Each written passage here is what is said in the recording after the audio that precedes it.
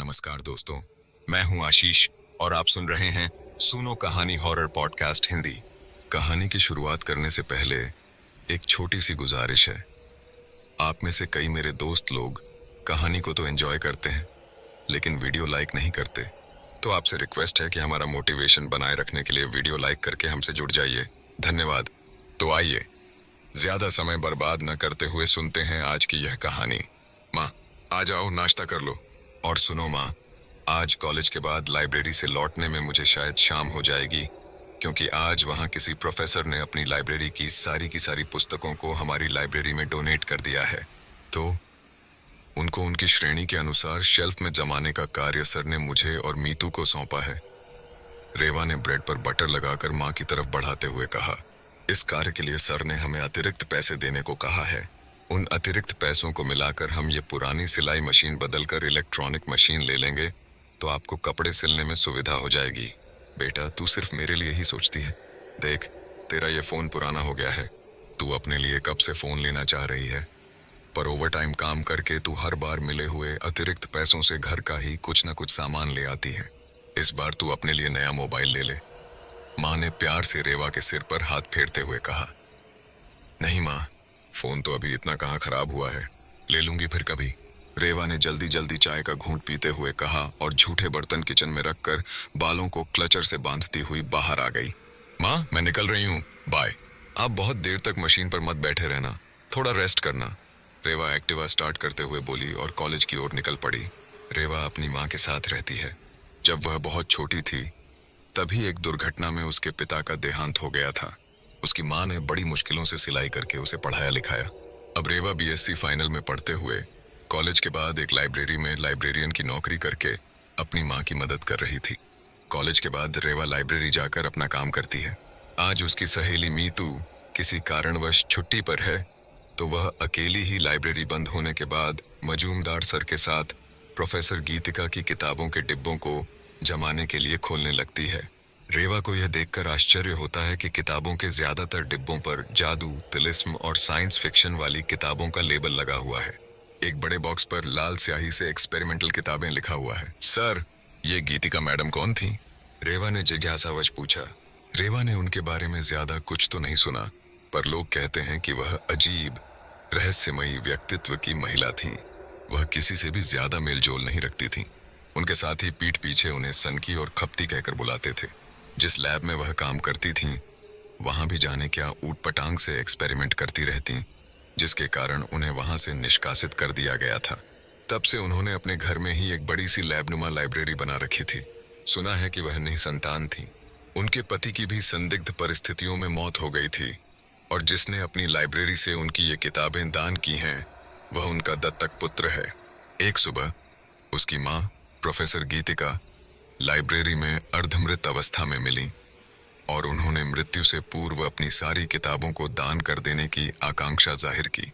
इसलिए उनका वह बेटा ये पुस्तकें यहाँ दे गया। मजूमदार सर रेवा को गीतिका मैडम के बारे में बता ही रहे थे कि उनका मोबाइल बज उठा।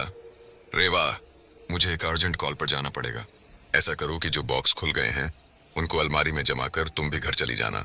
कल मीतू भी आ जाएगी तो बाकी की किताबें हम कल ही जमा देंगे। और अगर तुम्हें किसी भी प्रकार की मदद की जरूरत पड़े तो बाहर से चौकीदार मोहन को बुला लेना। मैं उसे बोल दूंगा कि वह तुम्हारी मदद कर देगा।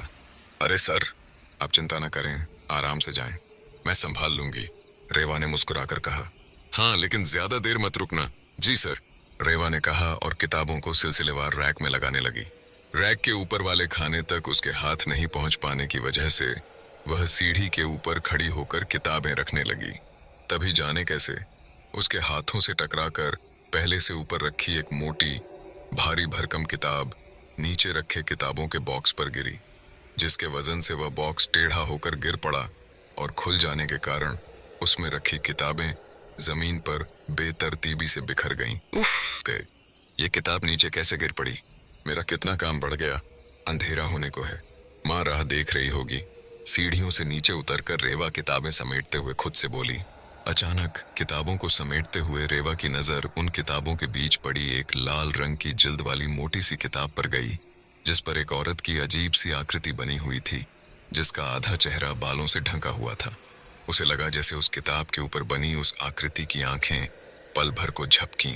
नजरों का भ्रम समझकर रेवा फिर से किताबें इकट्ठा करने लगी, लेकिन उसने देखा कि वह किताब खुली हुई उसके बिल्कुल करीब रखी है और हवा से उसके पेज फड़फड़ा रहे हैं, जबकि पहले जब उसने देखा था तो वह कुछ दूर पर थी।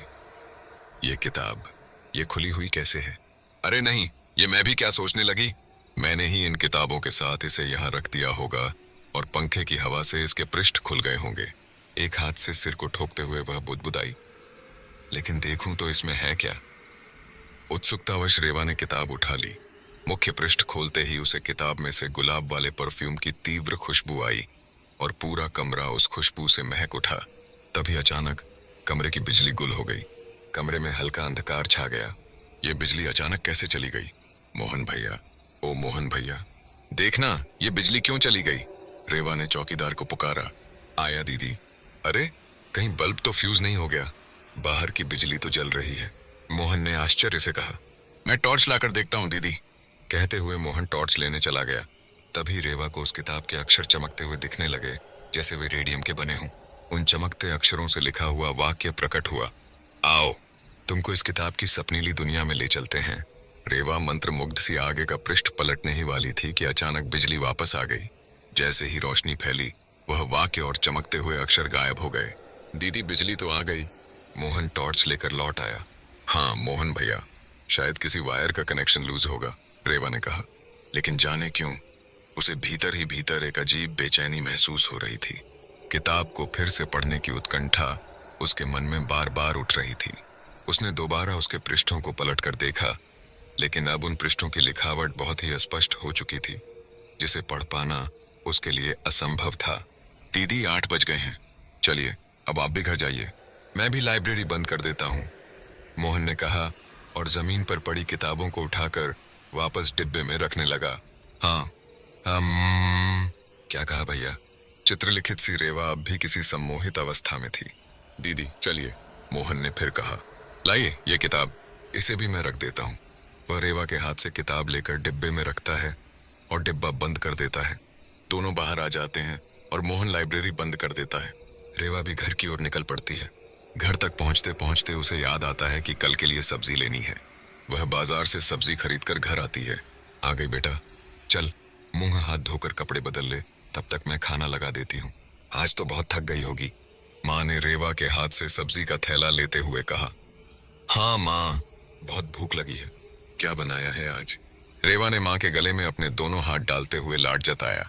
तू भी ना रेवा, अब तक बिल्कुल बच्ची ही है, माँ ने मुस्कुराते हुए कहा। चल जल्दी से आजा, तेरी पसंद की आलू गोभी की सब्जी, रायता और पराठे बनाए हैं, माँ ने प्यार से रेवा के सिर पर हाथ फेरते हुए कहा। खाना खाकर रेवा माँ के पास बैठकर टीवी चला लेती है और टीवी देखते देखते उसे झपकी लग जाती है। सपने में रेवा को वही लाल जिल्द वाली किताब दिखती है, जिस पर चमकते हुए लाल रेडियम जैसे अक्षरों में लिखा होता है, आओ तुमको इस किताब की सपनीली दुनिया में ले चलते हैं।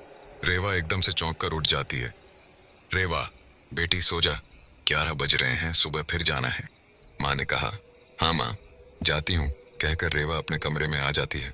सोने से पूर्व उसे ब्रश करने की आदत है, तो वह बाथरूम जाती है। ब्रश करके बाहर आती है, तभी उसे वही तेज गुलाब के परफ्यूम जैसी खुशबू आती है जो उस किताब के अंदर से आ रही थी।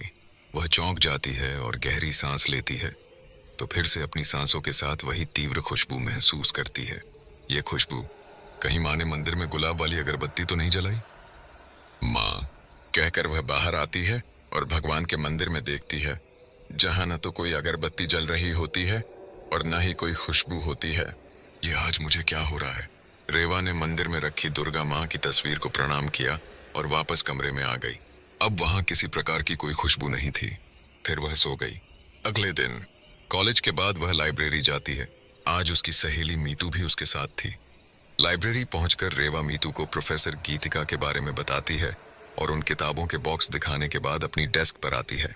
लेकिन ये देखकर वह हैरान रह जाती है कि वही लाल जिल्द वाली किताब उसकी डेस्क पर रखी हुई थी, जबकि उसे अच्छे से याद था कि कल मोहन ने उसके हाथों से किताब लेकर उसके सामने ही बॉक्स में रखकर उसे बंद किया था।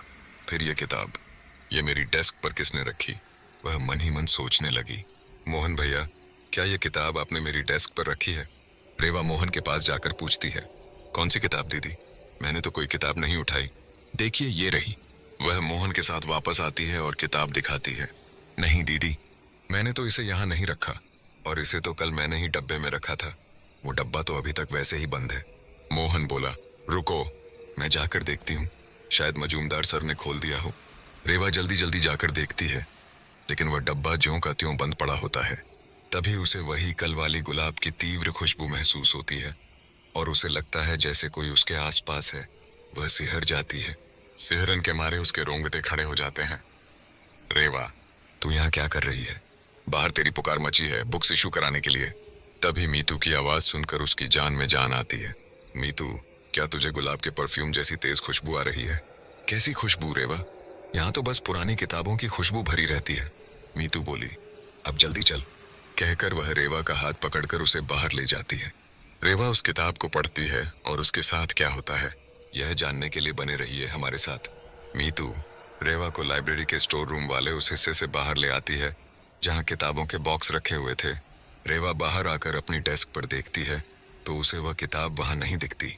वह और डर जाती है और मजूमदार सर से तबीयत खराब होने का कहकर छुट्टी लेकर घर आ जाती है। अच्छा हुआ कि तू आज जल्दी आ गई। देख, कितने काले बादल हो रहे हैं, लगता है जोरों से बारिश होने वाली है, माँ ने कहा। हाँ माँ, ऐसे ही थोड़ा सिर भारी हो रहा था, सोचा घर पर आकर थोड़ा सो लूंगी तो ठीक लगेगा, रेवा ने जवाब दिया। क्या हुआ बेटा? कुछ नहीं माँ, बस थोड़ा थक गई हूँ, शायद इसीलिए सिर भारी है। आप अदरक वाली चाय बना दो, पीकर सो जाऊंगी तो ठीक हो जाएगा, रेवा ने कहा। रेवा चाय पीकर सो जाती है। बेटा उठ जा, देख अंधेरा होने को है। दिया बत्ती के समय सोना ठीक नहीं, माँ ने रेवा को जगाते हुए कहा। और देख तो, तेरे लिए कुरियर आया है। कुरियर? लेकिन मैंने तो कुछ नहीं मंगाया। रेवा ने जैसे ही कुरियर खोला, घबराहट के मारे उसके हाथ पैर कांपने लगे।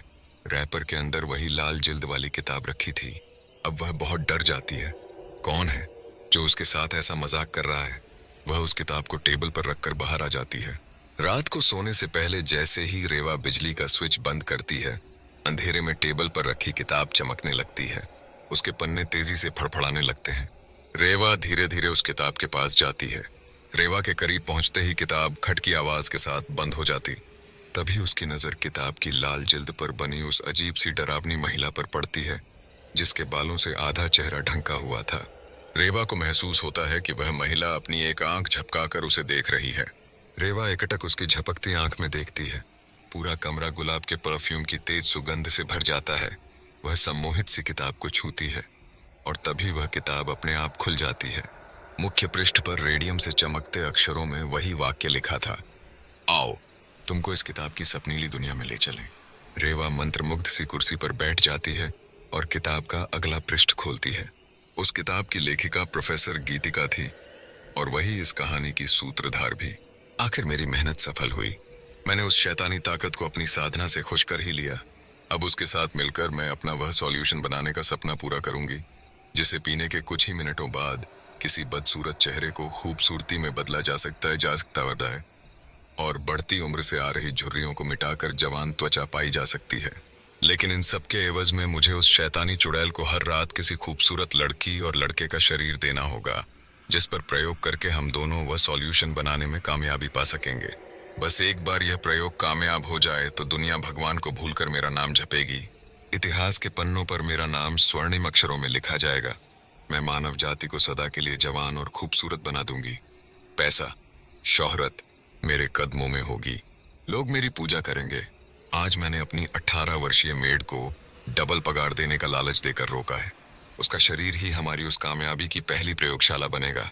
रेवा जैसे ही यह पढ़ती है, उसे कमरे में कुछ हलचल सी महसूस होती है। गुलाब की खुशबू तीव्र से तीव्रतर होने लगती है। अचानक रेवा ने देखा, उसके सामने पड़े सोफे पर वही लड़की बैठी है जिसकी तस्वीर किताब की लाल जिल्द पर बनी थी। लंबे बालों से जिसका आधा चेहरा ढंका हुआ था, वह रेवा की ओर देख रही थी। उसकी एक आंख से आंसू बह रहे थे। अब रेवा का डर जैसे कहीं गायब हो चुका था। वह अगला पृष्ठ पलटती है। रात के 11:52 हो चुके हैं। वह मेड जिसका नाम लक्ष्मी है, बार बार घर जाने की जिद कर रही है। मैंने उस गरीब लड़की को खूब सारे पैसे देने का लालच देकर रोक रखा है। अब मैंने उसे एक लंबे दीवान पर लिटा दिया है। गुलाब से बने सुगंधित द्रव्य से उसके पूरे शरीर को सुवासित कर प्रयोग से पहले पवित्र कर दिया। इसकी तेज सुगंध से यह लड़की धीरे धीरे बेहोश हो जाएगी। ठीक रात के 12 बजे वह शैतानी चुड़ैल आएगी। घंटे ने जैसे ही 12 बजाए, कमरे में धुआं ही धुआं भर गया और एक अजीब सी तीव्र गंध, जैसे चमेली का इत्र छिड़का हो, पूरे कमरे में फैल गई। धुएं के छंटते ही वहां एक बेहद बदसूरत, झुर्रियों वाली बूढ़ी चुड़ैल खड़ी थी। उसकी धंसी हुई आंखें सफेद बालों वाली पलकों से ढकी थीं। उसने नौकरानी लक्ष्मी की तरफ अपनी उन धंसी हुई, प्यासी आंखों से देखा और अपने नुकीले दांत उसकी गर्दन में गड़ा दिए। खून पीते ही चुड़ैल का रंग रूप बदलने लगा। अब वह एक जवान और सुंदर स्त्री में परिवर्तित हो गई। रेवा आगे पढ़ती है। सूत्रधार बनी गीतिका से चुड़ैल कह रही थी, इस लड़की का भेजा, इसकी त्वचा और त्वचा के टिश्यू को इसके बचे हुए रक्त में मिलाकर गुलाब की पंखुड़ियों और रातरानी की पत्तियों के साथ उबालकर काढ़ा बनाना होगा। ऐसे ही 16 साल से लेकर 25 साल तक की लड़कियों के शरीर के विभिन्न अंगों को गुलाब की पंखुड़ियों और रातरानी की पत्तियों के साथ पीसकर उनके खून से 10 दिनों तक बनाया गया। यह काढ़ा पीने से तेज दिमाग, खूबसूरती और हमेशा जवान रहने वाला शरीर पाया जा सकता है। इसी प्रकार का प्रयोग 16 से 25 वर्ष तक के लड़कों के शरीर पर करने से पुरुषों को भी जवान और सुदर्शन बनाया जा सकता है। लेकिन लगातार 20 दिनों तक इतने लड़के लड़कियां मैं कहां से लाऊंगी? गीतिका ने कहा, वह तुम्हारी समस्या है। तुमने ही इस लाल किताब की कहानी से मुझे जागृत किया है और वायदे के मुताबिक काम पूरा किए बिना तुम मुझे वापस किताब में नहीं भेज सकती। अगर तुमने अपना वादा नहीं निभाया तो मैं तुम्हारे शरीर का सारा खून पी जाऊंगी। आज से 20 दिनों तक जिन भी शरीरों को इस प्रयोग का हिस्सा बनाया जाएगा, उन सब की आत्माएं इस किताब में कैद हो जाएंगी और इस कहानी को तुम ही पूर्ण करोगी। हा हा खाता कहकर वह चुड़ैल फिर से धुएं का गुबार बनकर गायब हो गई। पढ़ते पढ़ते रेवा को महसूस हुआ कि वह लड़की, वही जो लाल जिल्द पर बनी थी और जिसके आधे चेहरे को बालों ने ढंका हुआ था, उसके बगल में बैठी है। उसकी गहरी गहरी सांसें रेवा को अपने जिस्म पर महसूस हो रही थीं। रेवा को लगा जैसे वह उससे कुछ कहना चाहती है। पता नहीं उस गुलाब की तीव्र सुगंध का असर था या उस लाल जिल्द पर बनी उस लड़की की आंखों का सम्मोहन। रेवा का डर अप्रत्याशित रूप से गायब हो चुका था। तुम कौन हो? उसने पूछा। वह लड़की रेवा की तरफ एकटक देख रही थी और अचानक सिसकियां लेकर रोने लगी। ऐसा लग रहा था मानो बहुत सारी बिल्लियां करुण स्वर में रो रही हों। कमरे का वातावरण अजीब सी खून जमा देने वाली ठंड से भर गया। रेवा को बिना कोई जवाब दिए वह लड़की उसके हाथों में पकड़ी किताब की तरफ इशारा करने लगी। जैसे ही रेवा उसकी तरफ से दृष्टि हटाकर किताब की ओर देखती है, वह लड़की, जिसने अपना चेहरा आधा बालों से ढंका हुआ था, ठंडी सिहरन पैदा करने वाली उपस्थिति में किताब के लाल जिल्द पर चित्र बनकर उभरने लगती है। रेवा ने मुड़कर देखा। अब उसकी बगल में कोई नहीं था। करीब ही मस्जिद से अजान की आवाजें गूंजने लगती हैं, जो कि भोर होने का संकेत है। कमरे का वातावरण सामान्य हो जाता है। वह गुलाब वाली तीव्र खुशबू, वह बिल्लियों के रोने की आवाजें, सब शांत हो चुका है। रेवा किताब को वापस टेबल पर रखती है। उबासियां लेते हुए बिस्तर पर लेट जाती है। लेटते ही गहरी नींद के आगोश में सोई रेवा को सपने में फिर वही किताब की लाल जिल्द वाली लड़की दिखती है। वह रो रही है। वह रेवा का हाथ पकड़कर किताब के पास ले जाती है। अचानक जैसे ही किताब के पृष्ठ खुल जाते हैं, लड़की रेवा के साथ उस किताब के भीतर चली जाती है। किताब के अक्षरों पर चलते चलते मानो कोई गहरी सुरंग सी हो। फिर वह लड़की रुक जाती है। रेवा सपने में देखती है एक बहुत बड़ा सा बगीचा जिसमें एक विशाल बरगद का पेड़ है। पास ही एक कुआं है। वह लड़की उस बरगद के पेड़ के नीचे अपने लंबे लंबे नाखूनों से मिट्टी खोद रही है। मिट्टी के नीचे से एक कंकाल निकलता है। उसकी ओर इशारा कर वह फिर रोने लगती है। रेवा का दम घुटने लगता है। वह सपने में ही भागने लगती है, लेकिन पीछे से वह लड़की उसे रुकने का इशारा करती हुई उसका पीछा कर रही है। पर किताब के पन्नों पर छपे अक्षरों पर भागती रेवा उस किताब की गहरी सुरंग से बाहर जाने के लिए छटपटा रही है। वह चीखने की कोशिश कर रही है, लेकिन उसके गले से आवाज नहीं निकल रही। बाहर से ठक ठक ठक ठक की आवाजें आ रही हैं। कोई दरवाजा खटखटा रहा है। झटके से रेवा की नींद खुल जाती है। बाहर तेज बारिश हो रही है, जिससे मौसम ठंडा हो गया है, लेकिन रेवा का पूरा बदन पसीने से तरबतर हो चुका है। उसकी सांसें तेज चल रही हैं, मानो वह दौड़ लगा कर आई हो। रेवा, बेटा 8 बज गए हैं, उठ, देर हो जाएगी। माँ की आवाज सुनकर रेवा की जान में जान आई। वह उठकर दरवाजा खोलती है। कब से दरवाजा ठोक रही हूँ, तेरी नींद ही नहीं खुली। माँ ने कहा। माँ, बहुत अजीब और डरावना सपना देखा। रेवा बोली, कैसा सपना बेटा? माँ ने पूछा। कुछ नहीं माँ, ऐसे ही सपने में डर गई थी। रेवा को लगता है कि अगर वह माँ को बीती रात की घटना बताएगी तो वह परेशान हो जाएगी, इसलिए वह सपने वाली बात को टाल जाती है। रात भर जो कुछ घटा, वह किताब, उस पर बनी वह लड़की, फिर वह सपना, सब कुछ रेवा को बेचैन कर रहा है। वह वापस आकर किताब खोलती है, लेकिन किताब की लिखावट और अक्षर उसे वैसे ही अस्पष्ट दिखते हैं जैसे उस पहले दिन लाइब्रेरी में दिखे थे। रात को इस किताब को मैंने पढ़ा, तो अब दिन के समय क्यों नहीं पढ़ पा रही हूँ? और इस पर बनी यह लड़की, यह कल रात मुझे दिखी थी। क्या मैंने यह सब सिर्फ सपने में देखा था, जिससे डर कर मेरी नींद खुल गई? नहीं नहीं, यह मेरा भ्रम नहीं हो सकता।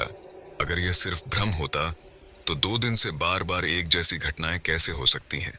और फिर यह किताब मेरे घर तक कुरियर से किसने भेजी? रेवा मन ही मन घबरा जाती है। किसको बताऊं? अरे बेटा, किस सोच में डूबी है? नाश्ता कर, ठंडा हो रहा है। माँ की आवाज से रेवा चौंक जाती है। बस माँ, और नहीं खाया जा रहा, भूख नहीं है, कहकर वह कॉलेज के लिए निकल जाती है। मीतू सुन। रेवा मीतू को अपने साथ 2 दिन से घट रही इस अजीबोगरीब डरावनी घटना के बारे में बताती है। कैसे किताब में से वह लड़की बाहर निकल कर आई, कैसे किताब खुद ब खुद खुल जाती है और अंधेरे में किताब पर लिखे अक्षर रेडियम की तरह चमकने लगते हैं। बताना मीतू, यह सब मेरे साथ क्या हो रहा है? रेवा ने घबराकर पूछा। देख, तेरा चेहरा तो देख, ऐसा लगता है जैसे भूत देख लिया हो। मीतू ने हंसकर रेवा का मजाक उड़ाते हुए कहा। क्या रेवा, तू भी पागल है क्या? ऐसा कहीं होता है? पढ़ाकू कहीं की। दिन भर किताबी कीड़ा बनकर किताबों को चाटती रहेगी तो यही होगा तेरे साथ। यूं भी तो किताबों में ही घुसी रहती है, इसीलिए सपने में ऐसा देखा होगा और कुछ नहीं। अब निकाल दे इन बेसिर पैर की बातों को, मीतू ने समझाया। हाँ, शायद तू ठीक कहती है, मैं किताबों में कुछ ज्यादा ही डूब जाती हूँ। सपना ही होगा। पर मीतू, वो किताब, वो मुझे किसने भेजी? रेवा को फिर याद आया। अरे छोड़ना रेवा, सब जानते हैं तेरा किताब प्रेम भेजी होगी तेरे किसी चाहने वाले ने। मीतू ने रेवा का मूड हल्का करने के लिए उसे चिढ़ाया। ठहर जा मीतू की बच्ची, अभी बताती हूँ तुझे। हंसकर रेवा मीतू के गालों को खींचते हुए बोली। चलना रेवा, आज कॉलेज के बाद मूवी देखने चलते हैं। कितने दिनों से नहीं गए। मीतू बोली। अरे आज नहीं यार, आज अपन मजूमदार सर के साथ लाइब्रेरी वाली किताबें जमाने का काम खत्म कर देते हैं। कल पक्का चलेंगे, रेवा ने कहा। तुझे तो हर वक्त बस काम और किताबें ही दिखती हैं, मीतू ने मुंह बनाते हुए कहा। कल पक्का चलेगी ना?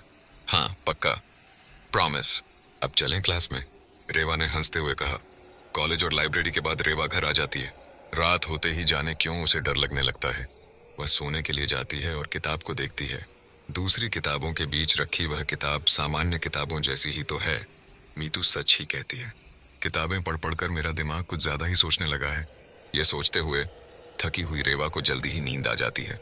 रात के करीब 12 बजते ही किसी चीज के जोर से गिरने की आवाज से रेवा की नींद खुल जाती है। वह हड़बड़ा कर उठती है और बिस्तर के कोने में डर के मारे बैठ जाती है, जब देखती है कि वह किताब ठीक उसके बिस्तर के नीचे पड़ी हुई है और अपने आप ही उसके पृष्ठ पलटते जा रहे हैं। कमरे में फिर से गुलाब वाले परफ्यूम की तीव्र सुगंध फैल जाती है। कमरे में खून जमा देने वाला ठंडा एहसास होने लगता है। सामने रखी कुर्सी की चरमराहट की आवाज से डरी हुई रेवा उस तरफ देखती है। वही लाल जिल्द वाली लड़की, बालों से आधा ढंका चेहरा। डर के मारे रेवा के रोंगटे खड़े हो जाते हैं। वह माँ को आवाज लगाने की कोशिश करती है, पर डर के मारे उसके गले से घुटी घुटी सी आवाज निकलती है। यकायक लड़की खड़ी होकर उसके करीब आती है और उसकी आंखों में देखने लगती है।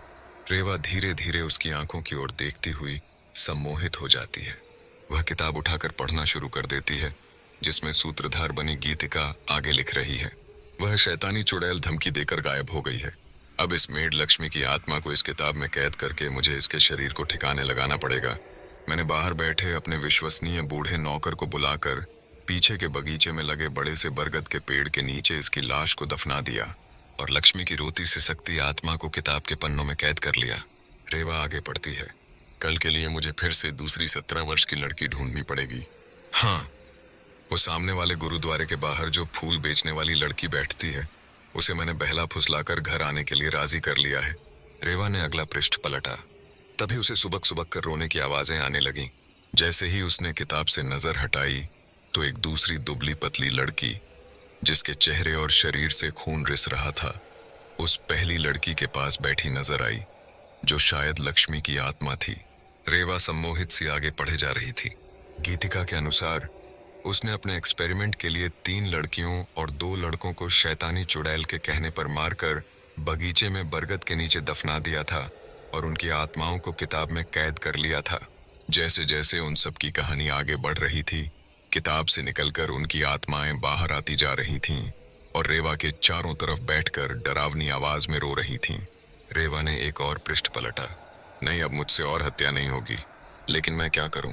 अगर शैतानी चुड़ैल की इच्छा पूरी ना हुई तो वो मुझे मार देगी और किताब की यह शैतानी ताकत दुनिया में विनाश ला देगी।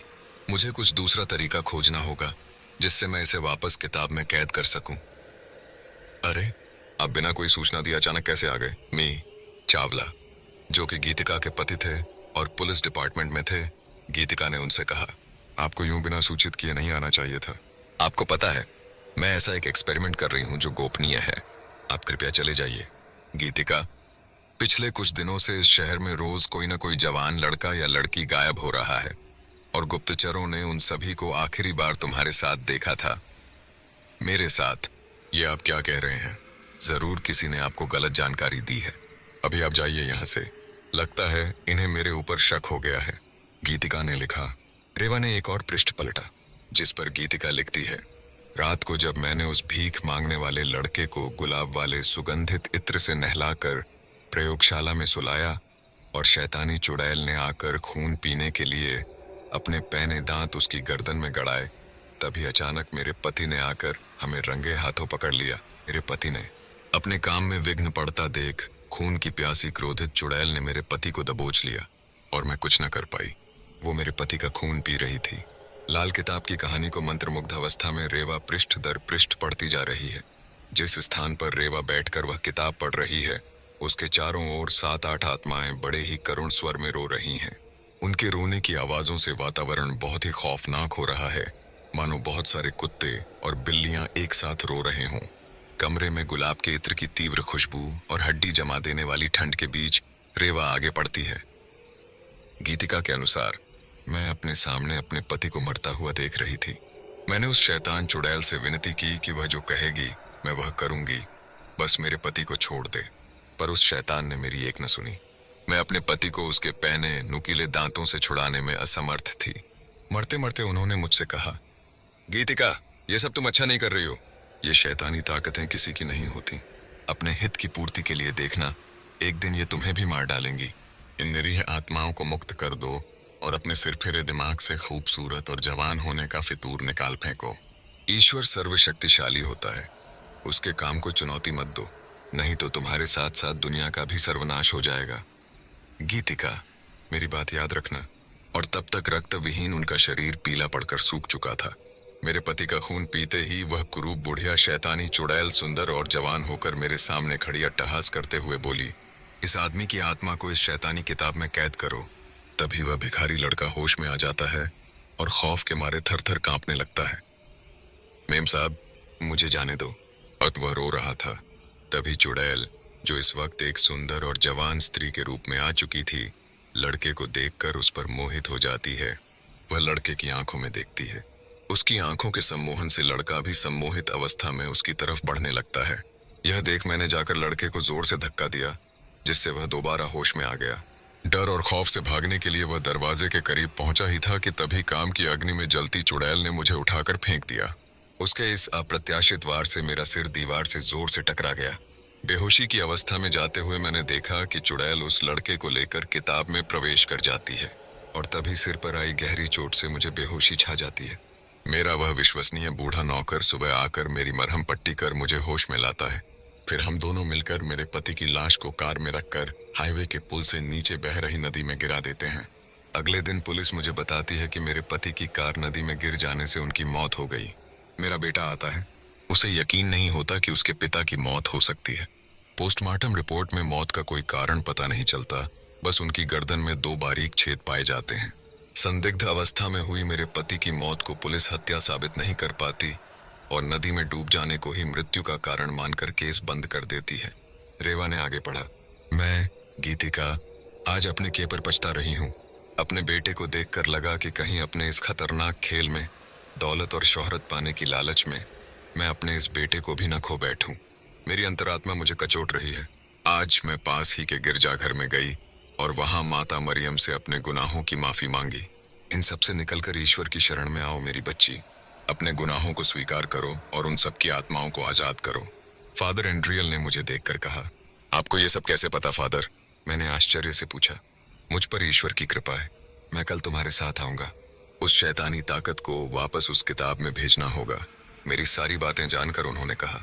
रेवा ने जैसे ही अगला पन्ना पलटा, उसमें से एक चमगादड़ जोर जोर से ची ची ची की आवाजें निकालते हुए बाहर निकली और उसके आसपास उड़ने लगी।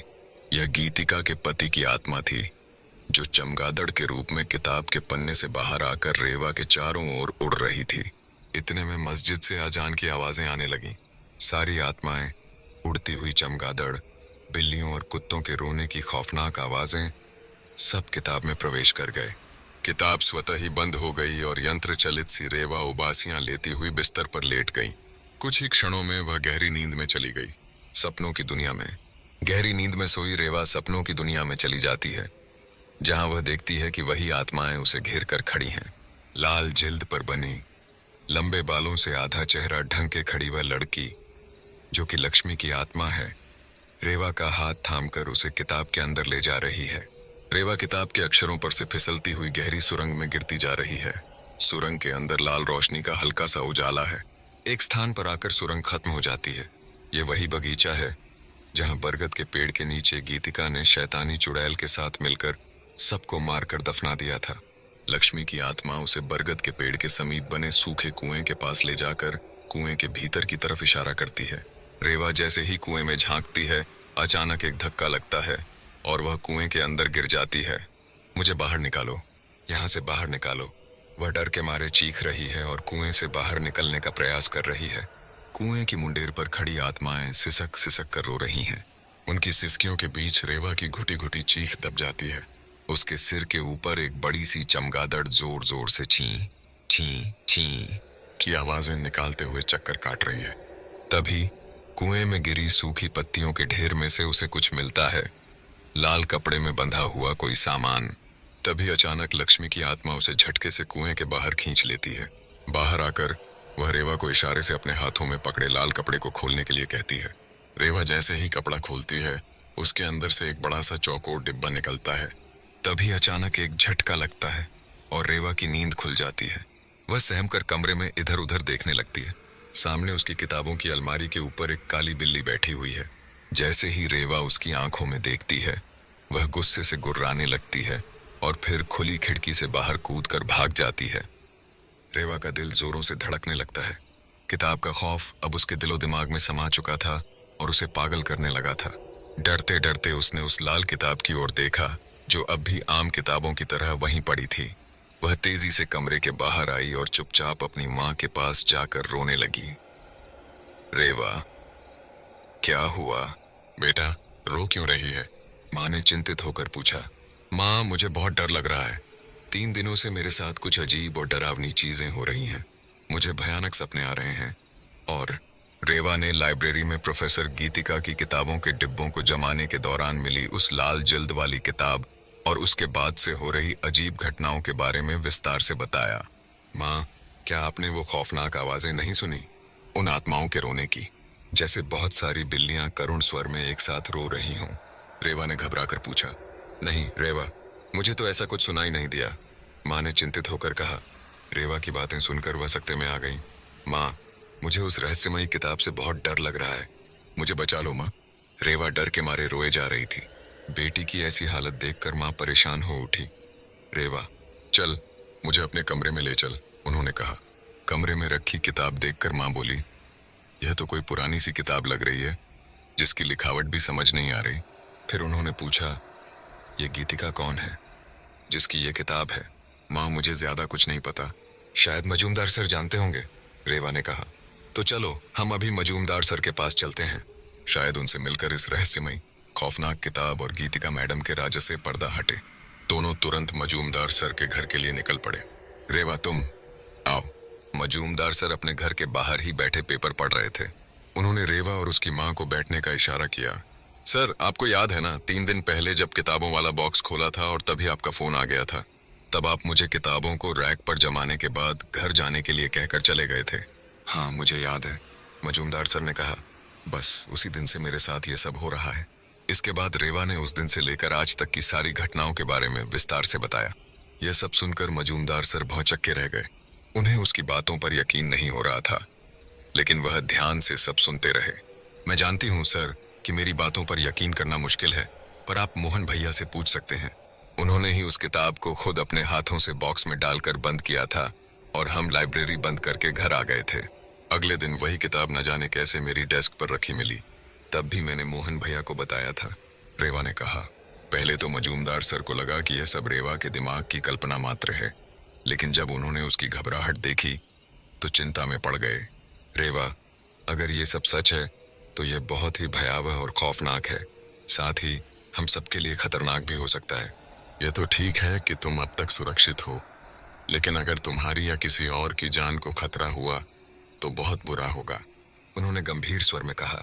सर, मैंने इन सब के बीच यह महसूस किया है कि उस रहस्यमयी किताब से निकली आत्माओं ने मुझे न तो डराने की कोशिश की, न ही कोई नुकसान पहुंचाया। उन्होंने सिर्फ मुझे उस किताब तक पहुंचाने और उसे पढ़ने के लिए प्रेरित किया। वे शायद बहुत तकलीफ में हैं और रोती रहती हैं। सपने में भी वे पता नहीं मुझे क्या बताना चाहती हैं। रेवा को जैसे कुछ याद आया।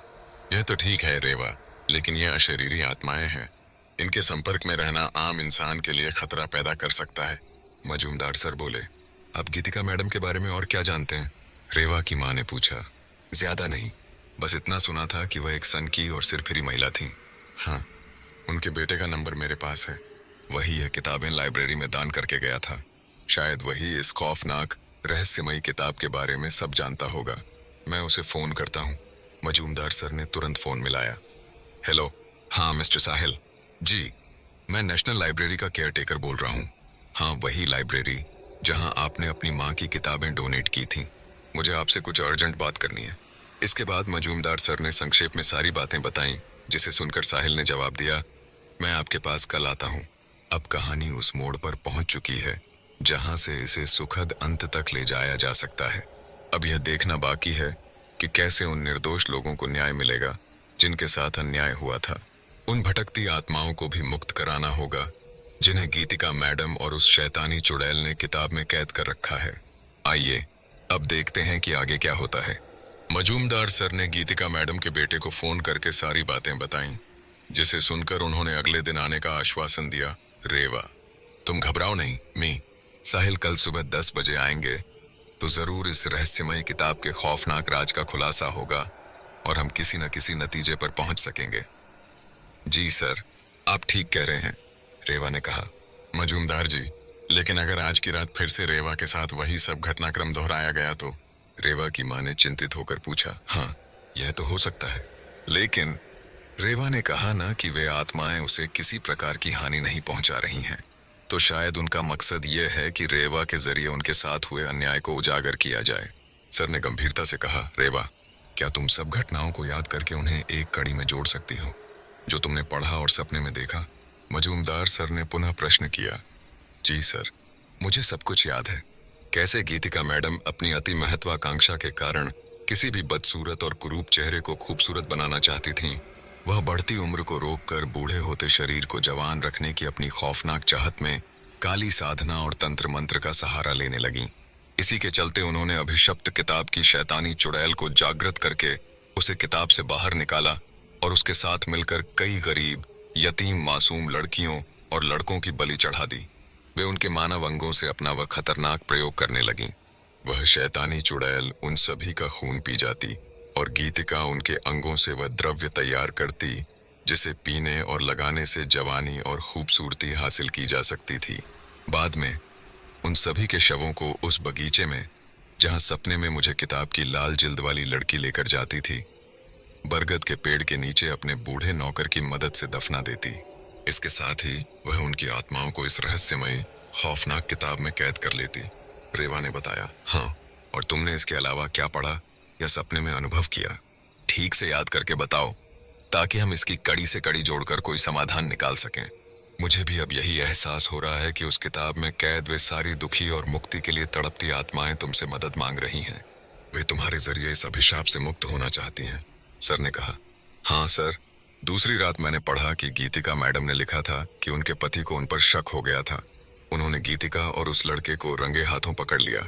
जब उन्होंने उस लड़के की जान बचाने की कोशिश की तो गीतिका मैडम के पति को उस चुड़ैल ने मार डाला। अपने पति को बचाने की कोशिश में गीतिका मैडम भी घायल हो गईं और बेहोश हो गईं। आगे की कहानी में गीतिका मैडम ने बताया कि पति की मृत्यु ने उनकी सोई हुई अच्छी आत्मा को जगा दिया। उन्होंने उस शैतानी चुड़ैल से वापस किताब में प्रवेश करने की विनती की, लेकिन वह नहीं मानी। अब उसे रोज ही मानव खून पीने के लिए एक नया शरीर चाहिए था, जिसके लिए और हत्याएं करना गीतिका मैडम को मंजूर नहीं था। इसलिए वह अपने घर के पास बने गिरजाघर के फादर से मिली। सर, मुझे सपने में वह लड़की फिर से किताब के अंदर ले गई, जहां बगीचे में एक कुआं भी था। मैं उस कुएं में गिर गई, या शायद उन आत्माओं ने मुझे उसमें गिरा दिया। कुएं के अंदर मुझे कोई चीज मिली, जो शायद लोहे का एक चौकोर डब्बा था, लाल कपड़े में बंधा हुआ। और फिर मैं जाग गई। सर, बस यही तक याद है। मेरे सिर में बहुत तेज दर्द हो रहा है। मुझे घबराहट सी हो रही है। माँ, रेवा अचानक तेज सिर दर्द से कराह उठी। डरो मत रेवा, आज हम सब तुम्हारे साथ हैं, तुम्हारे आसपास ही रहेंगे। तुम दरवाजा मत बंद करना। देखो आगे की कहानी में क्या लिखा है। शायद इस कहानी का अंत हमें पता चल सके। रेवा अपनी माँ के साथ घर आ जाती है और फिर शाम होते ही मजूमदार सर भी रेवा के घर आ जाते हैं। जैसे ही रात के 11:15 बजते हैं, वे दोनों रेवा के साथ उसके कमरे में बैठ जाते हैं। घड़ी की सुइयां जैसे ही 12 बजाती हैं, कमरे में गुलाब की तेज सुगंध भरने लगती है। टेबल पर रखी वह किताब लाल प्रकाश से चमकने लगती है और उसके पन्ने तेजी से फड़फड़ाने लगते हैं। किताब खिसकती हुई रेवा के ठीक सामने आकर रुक जाती है और एक एक करके उसके पृष्ठ खुद ब खुद पलटने लगते हैं। हर पृष्ठ से कैद आत्माएं बाहर निकलकर सिसकते हुए रेवा को चारों ओर से घेर लेती हैं। और फिर किताब का वही पृष्ठ खुल जाता है जहां से कल रेवा ने पढ़ना बंद किया था। कमरे में उन आत्माओं के आते ही उनकी सिसकियों और दर्द भरी चीखों की आवाज गूंजने लगती है। रोती हुई आत्माओं के साथ बहुत सारी बिल्लियां भी दर्दनाक स्वर में करुणा से रो रही होती हैं। कमरे का तापमान अचानक ठंडा पड़ जाता है। खून जमा देने वाली सर्दी। मजूमदार सर और रेवा की माँ इस रोंगटे खड़े कर देने वाले खौफनाक दृश्य को देखकर भय से बेहोश होकर वहीं गिर पड़ते हैं। लेकिन रेवा मंत्रमुग्ध सी किताब को पढ़ना शुरू कर देती है। लाल किताब के उस खुले पृष्ठ पर जहां से गीतिका मैडम ने आगे की कहानी लिखी थी।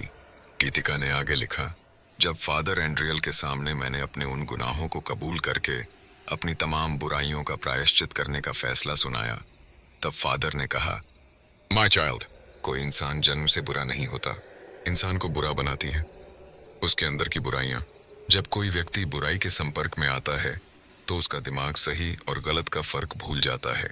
वह उन बुराइयों के चंगुल में फंसकर अच्छाई की राह छोड़कर बुराई के रास्ते पर चलने लगता है। अपनी आत्मा को शैतान के पास गिरवी रख देता है और फिर गुनाह पर गुनाह करता चला जाता है। वही तुमने किया। लेकिन मेरे बच्चे, हर बुरे इंसान के भीतर कहीं ना कहीं उसकी अंतरात्मा के किसी कोने में ईश्वर विद्यमान रहता है, जो कभी न कभी उसे सद्मार्ग पर चलने की प्रेरणा जरूर देता है। जब किसी गुनहगार की मरी हुई आत्मा पर ईश्वर की कृपा होती है तो वह अपने गुनाहों को कबूल कर उन पर पश्चाताप करता है, और यही उन गुनाहों का सच्चा प्रायश्चित होता है। आपने सही कहा फादर, मेरे किए गुनाहों का प्रायश्चित करने के लिए आप जो कहेंगे मैं करूंगी। बस किसी भी प्रकार से उस शैतानी चुड़ैल को उस अभिशप्त किताब में वापस कैद कर दीजिए, ताकि वह किसी और की जान न ले सके, और उन मासूम आत्माओं को मुक्त करा दीजिए जो उस खौफनाक किताब में कैद हो चुकी हैं। गीतिका ने रोते हुए फादर से विनती की, मानव जाति की रक्षा के लिए मैं तुम्हारी मदद जरूर करूंगा, भले ही इसमें मेरी जान ही क्यों न चली जाए।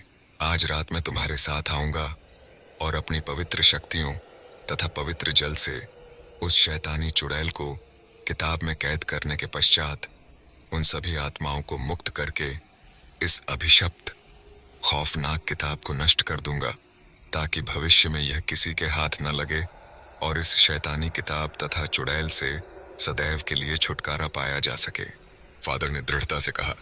रेवा ने अगला पृष्ठ पलटा जिसमें गीतिका लिखती है, रात के ठीक 12 बजते ही फादर के साथ मैं अपनी प्रयोगशाला में उस शैतानी चुड़ैल की राह देख रही थी।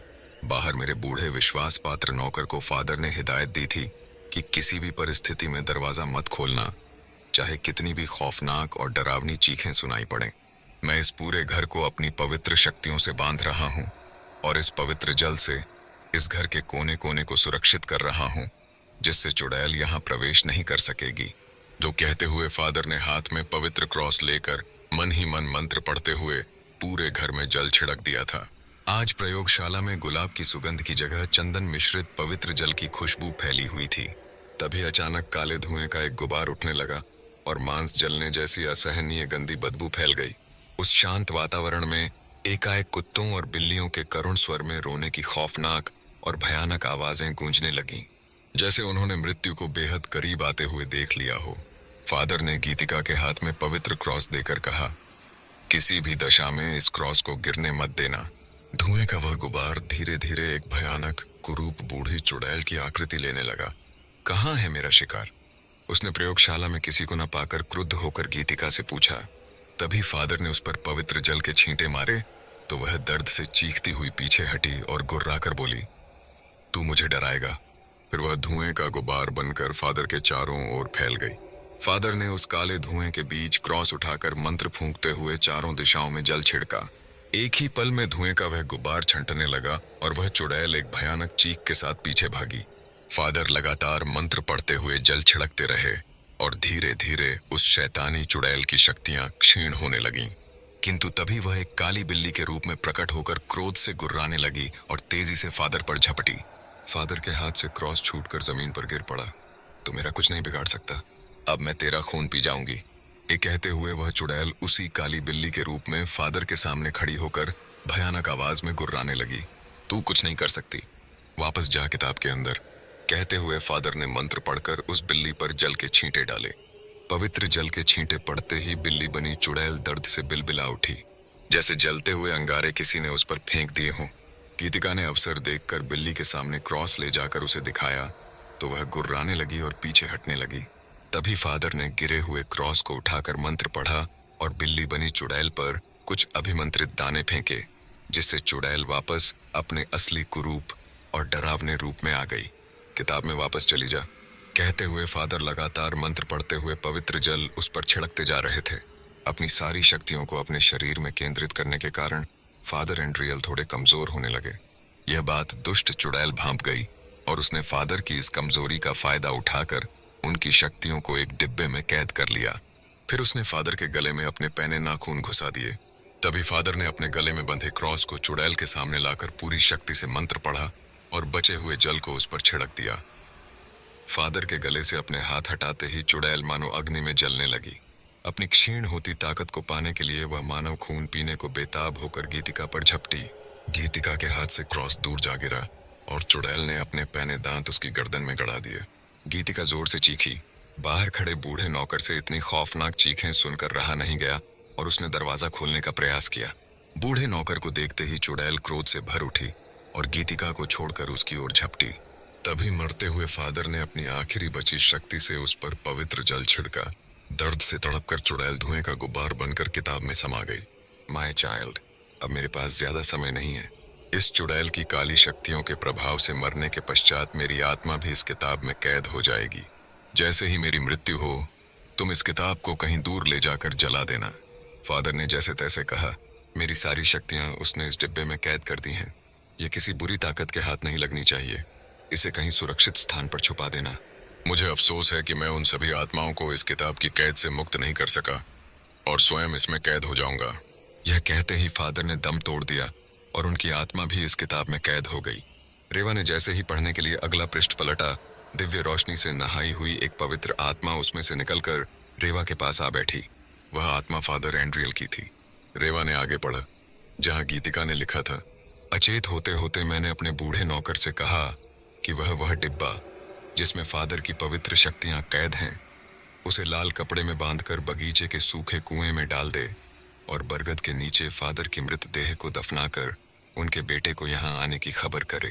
तभी सुबह का पहला प्रहर होने पर मस्जिद से अजान की आवाजें आने लगीं और सब कुछ शांत हो गया। मजूमदार सर तथा रेवा की माँ जैसे गहरी बेहोशी से जागे। रेवा, तुम ठीक हो? वे दोनों उसके पास आकर बोले। रेवा जम्हाइयां लेने लगी। रेवा, सोना मत, जागो, रेवा की माँ ने घबरा कर कहा। रात को क्या हुआ? मजूमदार सर और माँ ने रेवा से पूछा। रेवा ने गीतिका द्वारा लिखित पूरी कहानी उन्हें सुना दी। माँ, वह सपना जिसमें लक्ष्मी की आत्मा मुझे किताब के अंदर ले गई थी, उसने कुएं के अंदर से जो लाल कपड़े में बंधा डिब्बा ढूंढने को कहा था, वह शायद वही डिब्बा है जिसमें फादर की पवित्र शक्तियां कैद हैं। रेवा ने कहा, हाँ, और ये सारी आत्माएं हमसे सहायता मांगना चाहती हैं। आज गीतिका मैडम के बेटे के आने के बाद उनसे इन सब के विषय में और जानकारी मिलेगी। फिर देखते हैं आगे क्या होता है, मजूमदार सर ने कहा। रेवा, क्या तुम्हें ध्यान है कि तुमने किताब पूरी पढ़ ली? नहीं सर, शायद उसके 2 पृष्ठ अभी शेष हैं।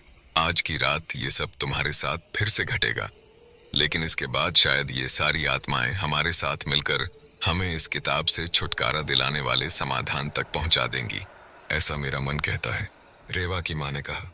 मजूमदार सर रेवा और उसकी माँ के साथ गीतिका मैडम के बेटे साहिल का बेसब्री से इंतजार कर रहे थे। कमरे में एक अजीब सा सन्नाटा था, ऐसा कि अगर सुई भी गिरे तो उसकी आवाज सुनाई दे जाए।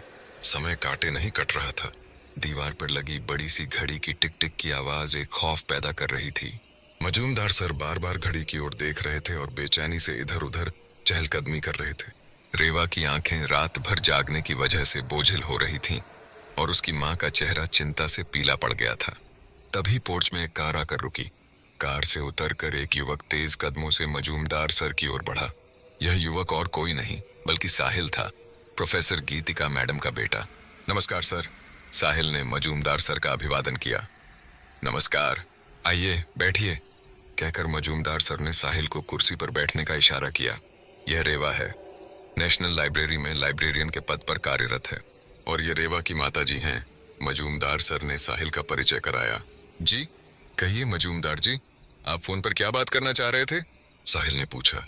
देखिए मिस्टर साहिल, बात काफी गंभीर और खौफनाक है, इसलिए मेरी बात को ध्यान से सुनकर अपनी प्रतिक्रिया दीजिएगा, और इस विषय में आपको जो भी जानकारी हो कृपया सही सही बताइएगा, कहकर मजूमदार सर ने अक्षरशः सारी घटनाएं जो रेवा के साथ घटी थीं साहिल को बता दी।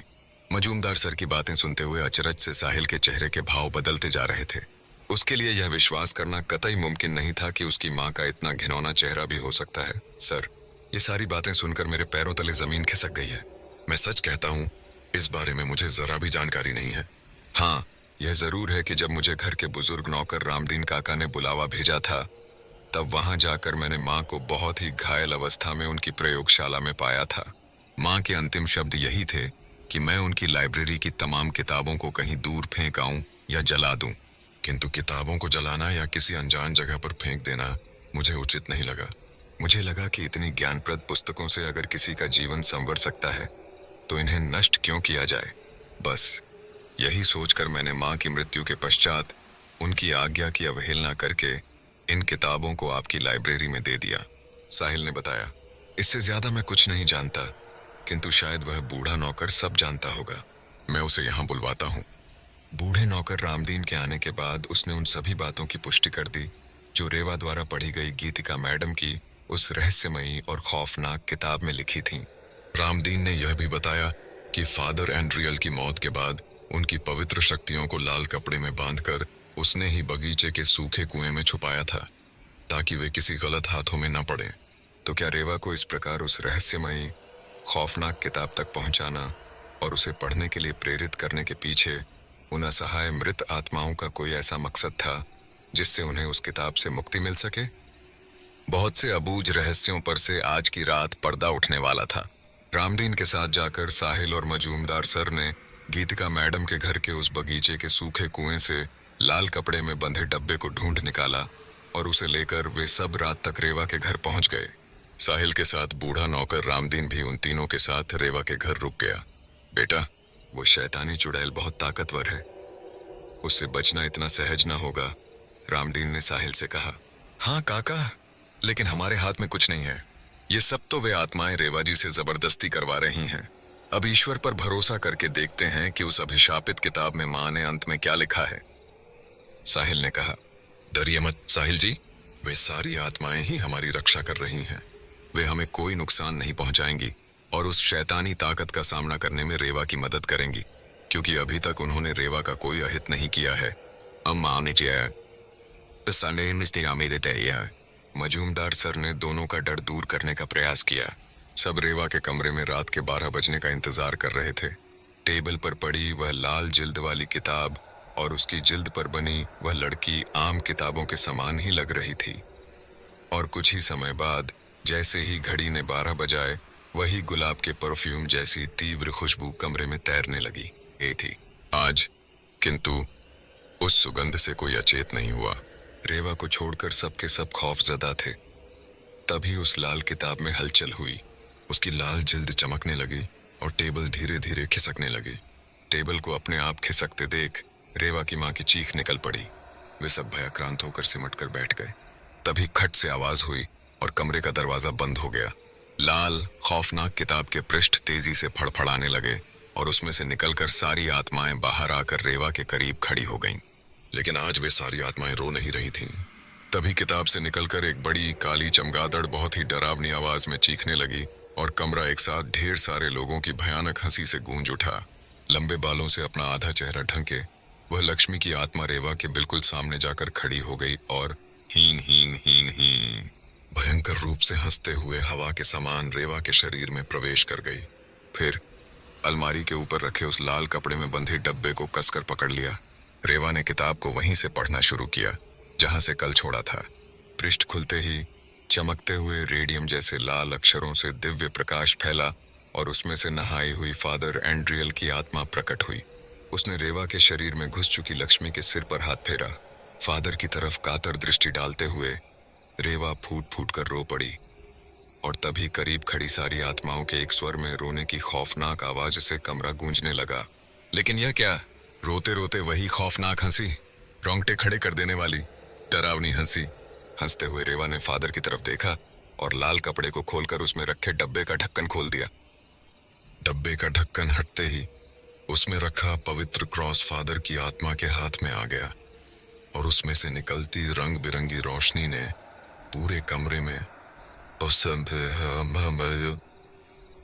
सभी आत्माओं के आसपास मानो कोई सुरक्षा घेरा बना लिया। रेवा ने अगला पृष्ठ पलटा जिसमें गीतिका ने आगे लिखा था, मैंने अपने बूढ़े नौकर को बेटे साहिल को बुलाने और फादर की पवित्र शक्तियों को डब्बे में बंद करके कुएं में फेंकने के लिए कह दिया है। मेरे पास ज्यादा समय नहीं है। साहिल के आने तक मैं जीवित रह सकूं ताकि उससे कहकर इस अभिशप्त खौफनाक किताब को कहीं दूर फेंकवा दूं, क्योंकि अगर दोबारा यह किसी के हाथ लग गई तो अनर्थकारी साबित होगी। लेकिन तभी जब मैं इस किताब को सदैव के लिए मंत्रों से बंद करने वाली थी, फादर की आत्मा ने मुझे कुछ संदेश दिया जो शायद मैं पढ़ न सकूं, क्योंकि मैं चेतना शून्य हो रही हूं। मेरी नब्ज डूब रही है। रेवा जी, आगे पढ़िए। फादर एंड्रियल ने जरूर कुछ संदेश लिखा होगा जो माँ पढ़ नहीं पाई और मरणासन्न अवस्था में मुझे किताबें फेंकने के लिए कहकर अपनी कोई अधूरी ख्वाहिश लिए मर गईं। साहिल ने व्याकुल होकर रेवा से कहा। आज रेवा के शरीर पर लक्ष्मी की आत्मा का कब्जा था। जैसे ही उसने पृष्ठ पलटा, लाल चमकीले अक्षरों में लिखा फादर का संदेश प्रकट हुआ। वो चुड़ैल किताब के अंतिम पृष्ठ पर कैद है और जैसे ही कोई इस पृष्ठ को खोलेगा वह फिर आजाद हो जाएगी। किंतु यदि मेरी वे शक्तियां जिन्हें इस शैतान चुड़ैल ने धोखे से मुझसे छीन लिया था मुझे मिल जाएं, तो मैं सदैव के लिए उस चुड़ैल के साथ इस शैतानी खौफनाक किताब को भी नष्ट कर दूंगा। इन सब में वे सभी आत्माएं मेरी सहायता करेंगी और इस किताब के नष्ट होते ही उन्हें भी मुक्ति मिल जाएगी। यह पढ़ते ही कमरे का बंद दरवाजा चर्र चर्र की आवाज के साथ खुल गया। रेवा ने एकदम पलटकर अपनी माँ, मजूमदार सर और डर से कांप रहे साहिल व रामदीन की ओर देखा। माँ तो अब तक बेहोश पड़ी थीं। रेवा का चेहरा लाल हो रहा था। उसके बाल बिखरकर चेहरे को ढक रहे थे। कमरे से बाहर निकलो, भर्राई हुई आवाज में उसने कहा। रेवा, तुम्हें ऐसी हालत में छोड़कर नहीं जाएंगे, मजूमदार सर ने विरोध करते हुए कहा।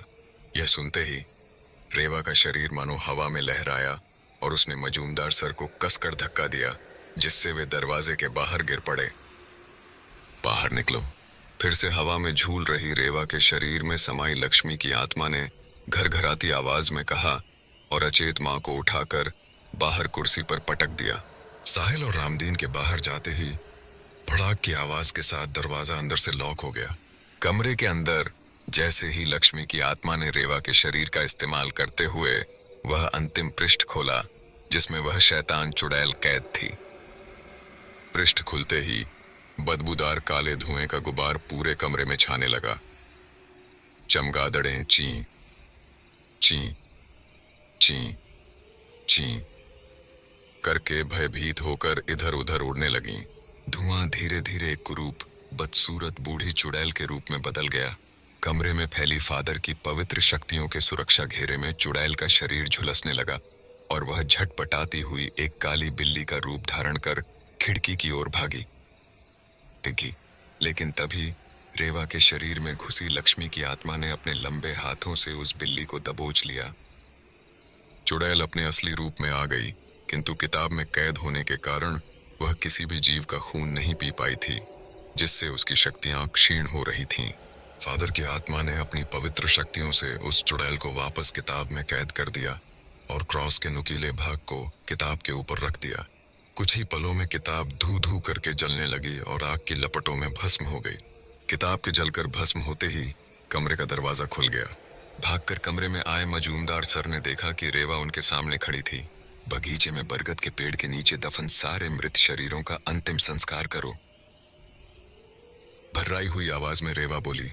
अजान की आवाज से सुबह होने का आभास हुआ, परंतु किताब में कैद वे सारी बेबस आत्माएं रेवा के शरीर में एक साथ प्रवेश कर गईं और वह अचेत अवस्था में वहीं गिर पड़ी।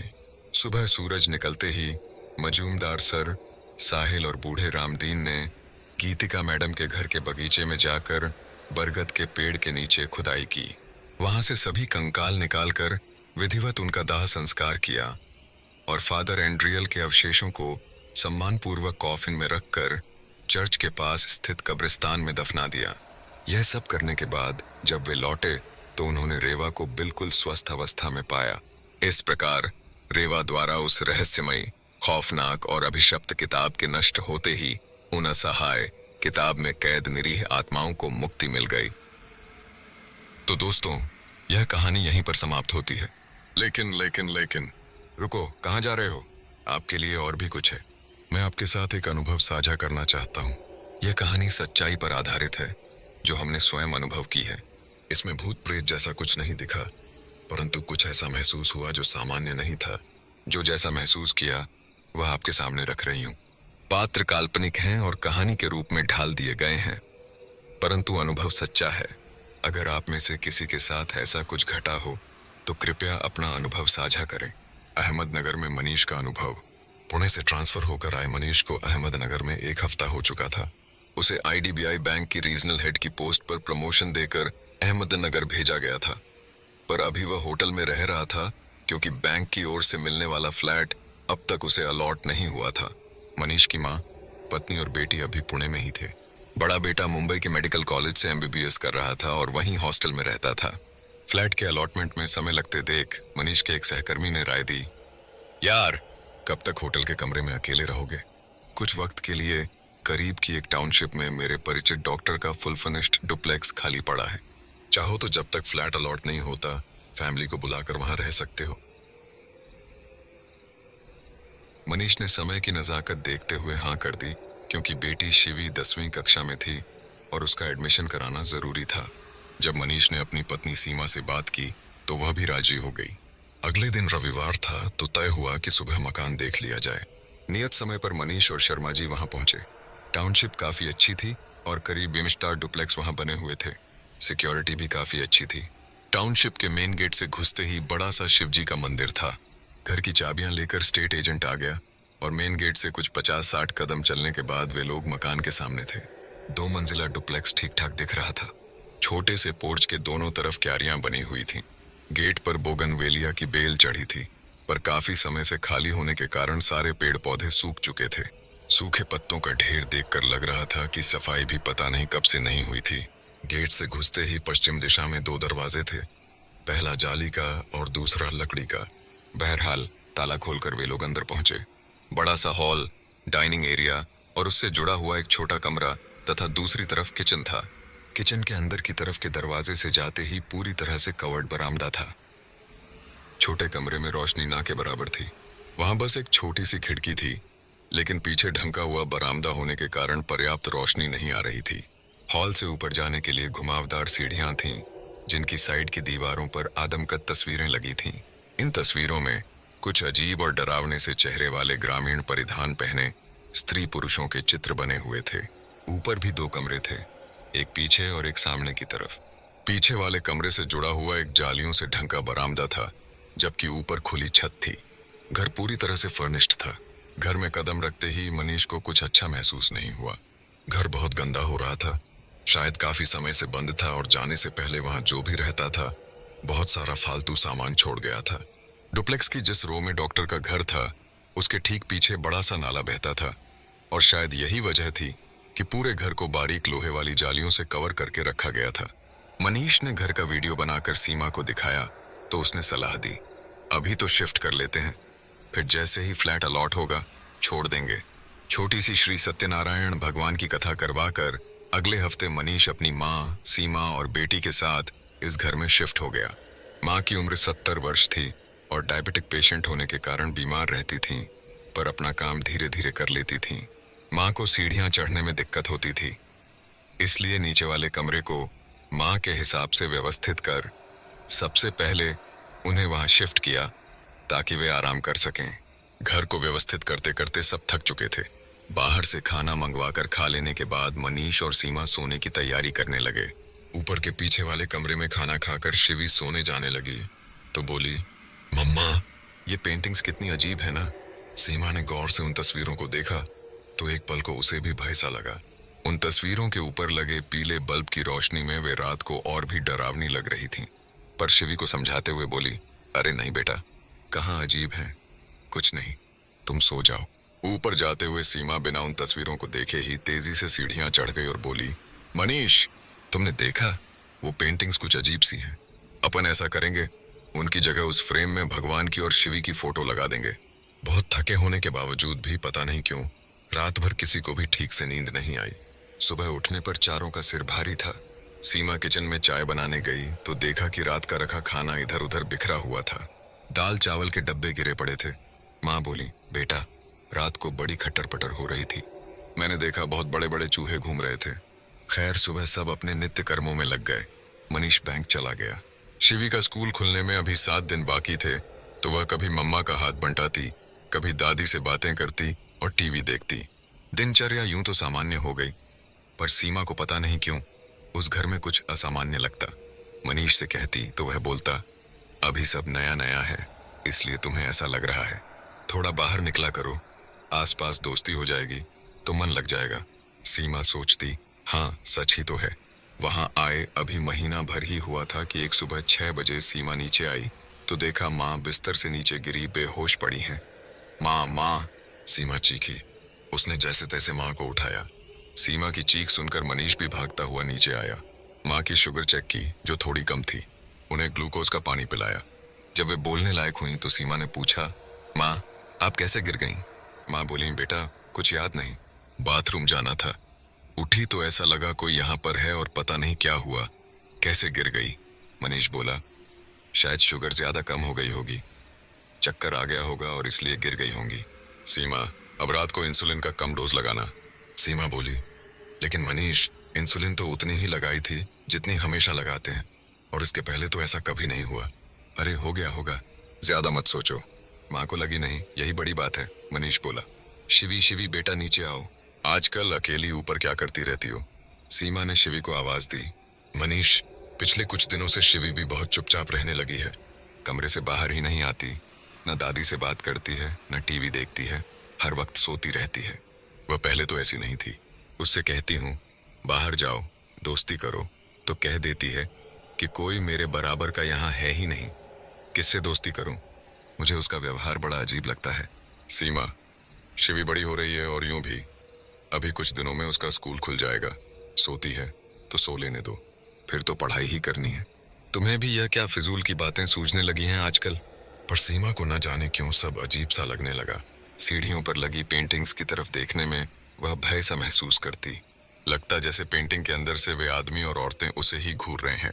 कई बार डाइनिंग टेबल पर बैठकर सब्जियां काटती तो उसे लगता जैसे उसके दिमाग पर उसका कंट्रोल खत्म होता जा रहा है। वह कुछ सोच नहीं पा रही थी, डर जाती और राम रक्षा स्तोत्र का पाठ करने लगती। सीमा पूजा पाठ करने वाली महिला थी। अब यह स्थिति उसके साथ अक्सर होने लगी। किचन या किचन के पीछे वाले बरामदे में काम करते हुए उसे महसूस होता कि कोई उसके आसपास है। अजीब ठंडा सा एहसास होता और वही फीलिंग कि कोई उसके दिमाग पर हावी होना चाहता है। दिन में कितनी ही बार वह हनुमान चालीसा और राम रक्षा स्तोत्र का पाठ करती। अब उसे सबकी चिंता होने लगी थी। मनीष से कहती तो वह उसके मन का वहम कहकर बात को मजाक में टाल देता। शिवी का व्यवहार बदलता जा रहा था। इतनी हंसमुख और चुलबुली शिवी अब किसी से भी बात नहीं करती। बात बात पर गुस्सा करने लगी थी। अपने कमरे में ही सोती रहती। माँ भी ज्यादा बीमार और चिड़चिड़ी हो गई थी। उस घर में रहते हुए 2 महीने होने को आए थे। आज मुंबई से मनु आ रहा था। मनु मनीष का बड़ा बेटा जो मुंबई में रहकर पढ़ाई कर रहा था। सीमा ने मनु का पसंदीदा खाना बनाया और फिर बाहर पौधों को पानी देने के लिए आई। पाइप से पौधों को पानी डालने के बाद उसने गीले हो गए पोर्च का पानी निकालने के लिए वाइपर हाथ में पकड़ा और गेट खोला। 1 सेकंड में पता नहीं क्या हुआ, उसकी तर्जनी उंगली गेट के जॉइंट के बीच आ जाने से बुरी तरह कट गई। खून का फव्वारा बह निकला। वह चीख उठी। दर्द और घबराहट से बेहाल होकर वह भागती हुई अंदर आई तो बाहर से अंदर तक जमीन पर खून की रेखा बनती गई। सीमा ने नल के नीचे हाथ रखा और नल खोल दिया जिससे खून बहना रुक जाए, पर सारा पानी लाल हो गया। सीमा का सिर भारी सा होने लगा।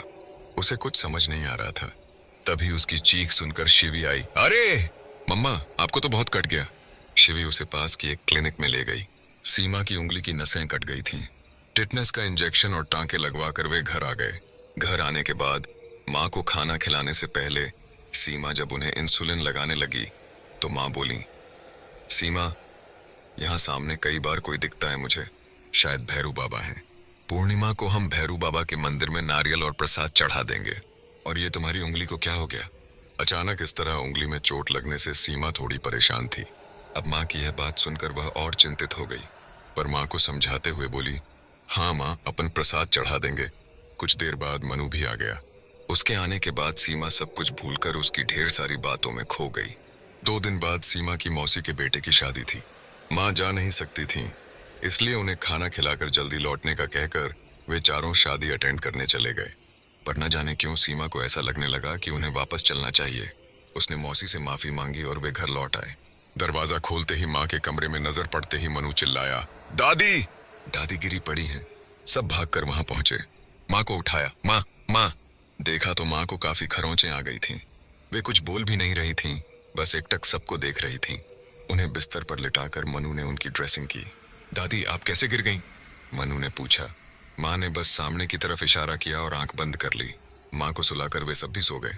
अगली सुबह जब सीमा नीचे आई तो उसने देखा कि माँ फिर से उसी जगह जमीन पर गिरी हुई थीं। सीमा ने जोर से मनीष को आवाज लगाई। दोनों ने माँ को उठाकर बिस्तर पर सुला दिया। माँ ने सामने की तरफ इशारा करके बस इतना ही कहा, भैरू बाबा। मनीष को भी अब माँ की फिक्र होने लगी थी, क्योंकि यहाँ आने से पहले माँ कभी नहीं गिरी थी। 1-2 बार भी नहीं, बल्कि 3-4 बार, और वह भी एक ही जगह पर। अजीब बात यह थी कि माँ हमेशा तब गिरती जब वे अकेली होती। जब सबके साथ होती तो बिल्कुल ठीक रहती, लेकिन इस बार माँ के गिरने के बाद उनकी हालत और बिगड़ गई। उन्होंने बिस्तर ही पकड़ लिया। न किसी से बात करती, न उन्हें किसी बात का होश रहता। बस खोई खोई सी चुपचाप सामने देखती रहती। इधर शिवी भी स्वभाव के विपरीत चिड़चिड़ी हो गई थी। दिन भर सोती रहती, बिना बात के गुस्सा करती। चिड़चिड़ापन तो अब मनीष और सीमा के व्यवहार में भी झलकने लगा था। दोनों बिना वजह बात बात पर झगड़ पड़ते। घर का वातावरण अजीब, बोझिल और भारी भारी सा महसूस होता। 2 दिन पहले सीमा के भाई भाभी आए हुए थे। भाई को पेट में इन्फेक्शन के चलते अस्पताल में भर्ती होना पड़ा, जिससे सीमा पर माँ की देखभाल, घर के काम और अस्पताल के चक्कर लगाने की जिम्मेदारी बढ़ गई। इधर माँ के साथ भी पता नहीं क्या हो रहा था। वह किसी से कुछ बोलती ही नहीं थी। मनु उनकी जान था, लेकिन अब वह उससे भी बात नहीं करती थी। सीमा अपने हाथों से उन्हें दलिया या खिचड़ी खिला देती तो वे चुपचाप खा लेती, वरना पहले अगर उनकी पसंद का खाना न हो तो वे बहुत चिढ़ती थीं। इसी दौरान एक और अजीब घटना हो गई। सुबह जब सीमा उठकर बच्चों के कमरे में गई तो देखा कि दरवाजे पर एक चमगादड़ मरी हुई पड़ी थी। सीमा आश्चर्यचकित रह गई कि चमगादड़ अंदर कैसे आई, क्योंकि घर पूरी तरह से बंद था। हर खिड़की और दरवाजा लोहे की बारीक जालियों से ढका हुआ था, जिससे मक्खी मच्छर भी अंदर न आ सकें। फिर यह चमगादड़ कैसे अंदर आई और मरी? यह एक यक्ष प्रश्न था जिसका जवाब सीमा समझ नहीं पा रही थी। मनीष को बताया, तो उसने भी पूरा घर घूमकर चेक किया कि कहीं से कोई जाली टूटी तो नहीं, जिससे चमगादड़ अंदर आ गई हो, लेकिन ऐसा कुछ भी नहीं था। खैर, इस बात को भी दोनों ने ज्यादा तूल न देकर भुला दिया कि शायद कहीं से आ गई होगी। सीमा को जल्दी काम निपटाकर अस्पताल जाना था। मनु अभी घर पर ही था तो सीमा ने मनु और शिवी से माँ का ध्यान रखने को कहकर अस्पताल चली गई। रात को जब सब सो रहे थे, अचानक सीमा को नींद में लगा कि माँ जोर जोर से रो रही हैं। वह घबराकर उठी और सीढ़ियों तक आकर नीचे झांका, लेकिन कोई आवाज सुनाई नहीं दी। माँ तो सो रही थी और तभी उसकी नजर सीढ़ियों पर लगी उन कलाकृतियों के चेहरों पर पड़ी। उसके शरीर में डर की झुरझुरी दौड़ गई। वह भागकर अंदर आ गई। सीमा के मन में आया कि मनीष को जगा दे, पर फिर वह चुपचाप लेट गई। डर के मारे उसे बहुत देर तक नींद नहीं आई। सुबह सीमा ही सबसे पहले उठती। उठते ही सीढ़ियों से झांककर माँ को देखना उसका नियम बन गया था। अगर माँ जाग रही होती तो वह चाय बनाकर पिला देती, और अगर सो रही होती तो अपने दूसरे कामों में लग जाती। रात को डर जाने के कारण आज उसकी नींद जरा देर से खुली। उठते ही वह घबराई हुई नीचे भागी और माँ को हिलते डुलते देखा। पास गई तो माँ बहुत बेचैन लग रही थीं। उन्होंने बिस्तर गीला कर दिया था। सीमा ने उनके कपड़े बदले, दूसरी चादर बिछाई, उन्हें पानी पिलाया और फिर गैस पर चाय चढ़ाकर वापस आई तो देखा कि माँ की बेचैनी और बढ़ गई थी। कभी करवट लेती तो कभी उल्टी हो जाती। सीमा ने तुरंत शुगर चेक की, लेकिन वह नॉर्मल आई। अब उसे घबराहट होने लगी। माँ, माँ, माँ ने अपने दोनों हाथ उठाकर सीमा के हाथ पकड़ लिए। मनीष, सीमा ने आवाज लगाई। मनीष, देखो माँ की तबीयत ठीक नहीं लग रही है। मनीष दौड़कर आया। माँ, क्या हो रहा है? माँ ने दोनों के हाथ पकड़कर सामने की तरफ इशारा किया। सीमा ने पलटकर देखा, वहां बस टीवी रखा था। वह बोली, माँ, वहां कुछ नहीं है। इतना सुनते ही माँ चुप हो गईं और सो गईं। दोनों वहीं डाइनिंग टेबल पर बैठकर चाय पीते हुए बात करने लगे कि मनु उठ जाए तो माँ को डॉक्टर के पास ले चलते हैं। चाय पीने के बाद मनीष माँ के पास गया और आवाज लगाई, माँ, माँ। माँ ने कोई जवाब नहीं दिया। उसने उन्हें हिलाया, लेकिन फिर भी कोई प्रतिक्रिया नहीं मिली। मनु, मनु, सीमा, मनीष ने जोर से पुकारा। मनु और शिवी नीचे आए। मनु का MBBS का आखिरी साल था और उसने काफी कुछ सीख लिया था। दादी को देखते ही वह बोला, पापा, दादी कोमा में चली गई हैं, तुरंत एडमिट करना पड़ेगा। वे माँ को कार में डालकर अस्पताल ले गए। सारी रिपोर्ट्स नॉर्मल आईं, लेकिन माँ कोमा से बाहर नहीं आई और रात करीब 1 बजे बिना कुछ कहे वे हमेशा के लिए चली गईं। यह सब बहुत अप्रत्याशित था। माँ की उम्र तो थी, लेकिन वे इतनी बीमार भी नहीं थीं कि यूं अचानक चली जाएं। सारे मेहमान आ गए। माँ की अंतिम क्रियाएं पूरी होने के बाद घर फिर से खाली हो गया। मनु मुंबई चला गया। शिवी के स्कूल खुल गए। मनीष के ऑफिस जाने के बाद सीमा को वह घर काटने को दौड़ता। वहां की डरावनी कलाकृतियां उसे डराने लगीं। आसपास के लोगों से पता चला कि नाले से लगी वह पूरी रो अभिशप्त है। आजू बाजू के 2-3 खाली पड़े घरों में भी रहने वालों के परिवार रोड एक्सीडेंट में मारे गए थे। तब से वे भी खाली पड़े हैं। जब मनीष को यह सब पता चला तो वह भी घबरा गया, लेकिन सीमा तो जैसे जिद पर अड़ गई। मनीष, यहां से चलो। माँ के साथ पता नहीं क्या हुआ था। उन्हें पता नहीं क्या दिखता था। मुझे शिवी की चिंता होती है। हम अब यहाँ बिल्कुल नहीं रहेंगे। पर सीमा, एकदम तो खाली नहीं कर सकते जब तक कि दूसरा कुछ नहीं मिल जाता। चिंता मत करो, मैं बैंक में बात करता हूँ फ्लैट के लिए। सीमा ने अकेलेपन से घबराकर पास की ही एक छोटी बच्ची को ट्यूशन पढ़ाना शुरू कर दिया। अब तो सीमा के साथ साथ शिवी को भी यह महसूस होने लगा कि कोई उनके मस्तिष्क पर कब्जा करने की कोशिश कर रहा है। सीमा ने बहुत पूजा पाठ करना शुरू कर दिया। रात को सोने जाने से पहले वे माँ के कमरे को बंद कर देते थे, क्योंकि सुबह जब सीमा उठकर आती तो उसे माँ के कमरे में झांकने की आदत थी और अब वह डरने लगी थी। इसी तरह एक दिन रात को माँ का कमरा बंद करके मनीष और सीमा सोने चले गए। सुबह जब झाड़ू लगाने वाली बाई ने दरवाजा खोलना चाहा तो वह खुला ही नहीं। भाभी, दरवाजा नहीं खुल रहा है, बाई ने सीमा से कहा। अरे जरा जोर से खींच, सीमा बोली। नहीं भाभी, नहीं खुल रहा। सीमा ने भी खोलने की कोशिश की, पर दरवाजा अंदर से लॉक हो गया था। मनीष भी उनके इस शोर शराबे को सुनकर आ गया। उसने भी बहुत कोशिश की, पर दरवाजा नहीं खुला। यह अपने आप में बहुत ही अजीब बात थी कि दरवाजा खुद ब खुद लॉक कैसे हो गया। आखिरकार पीछे की खिड़की तोड़कर अंदर जाकर दरवाजे का लॉक खोला गया, तब जाकर दरवाजा खुला। इस घटना से मनीष भी थोड़ा डर गया। इसी बीच बैंक का वह फ्लैट भी खाली हो गया। सीमा और मनीष ने राहत की सांस ली और उस जगह को छोड़ दिया। जब ट्रक से उनका सामान जा रहा था, तभी पड़ोस वाले घर में वहां के वॉचमैन मुरारी को मृत पाया गया। वह उस बंद घर की छत पर चढ़ाई गिलकी की बेल से गिलकियां तोड़ने गया था। जब बहुत देर तक वह वापस नहीं आया, तो उसका साथी उसे देखने ऊपर गया। वहां उसने मुरारी को नल के ऊपर औंधे मुंह गिरा हुआ देखा। जब उसे सीधा किया गया, तो पता चला कि उसकी छाती में नल धंस गया था। उसका साथी भागता हुआ नीचे आया और सबको बताया। मुरारी के साथ क्या हुआ, यह भी कोई नहीं समझ पाया। मनीष और सीमा वहां से सीधे मंदिर गए, माथा टेका और ईश्वर को धन्यवाद दिया। उस घर में जो भी था, मां ने वह सारी अलाबला स्वयं के ऊपर ले ली थी, नहीं तो पता नहीं क्या होता। तो दोस्तों, यह कहानी यहीं पर समाप्त होती है। आप सबने चैनल को इतना प्यार दिया, इसके लिए आपका आभार। इस कहानी पर आपकी प्रतिक्रिया जरूर दें और बताएं किसका रोल आपको बहुत अच्छा लगा। ऐसी ही कहानियां लेकर मैं आपको जल्द मिलूंगा। तो दोस्तों, मुझे जरूर फॉलो कर दीजिए ताकि अगली कहानियों का आपको पता चले। आप सबका दिल से धन्यवाद। जल्द मिलूंगा नई कहानी के साथ।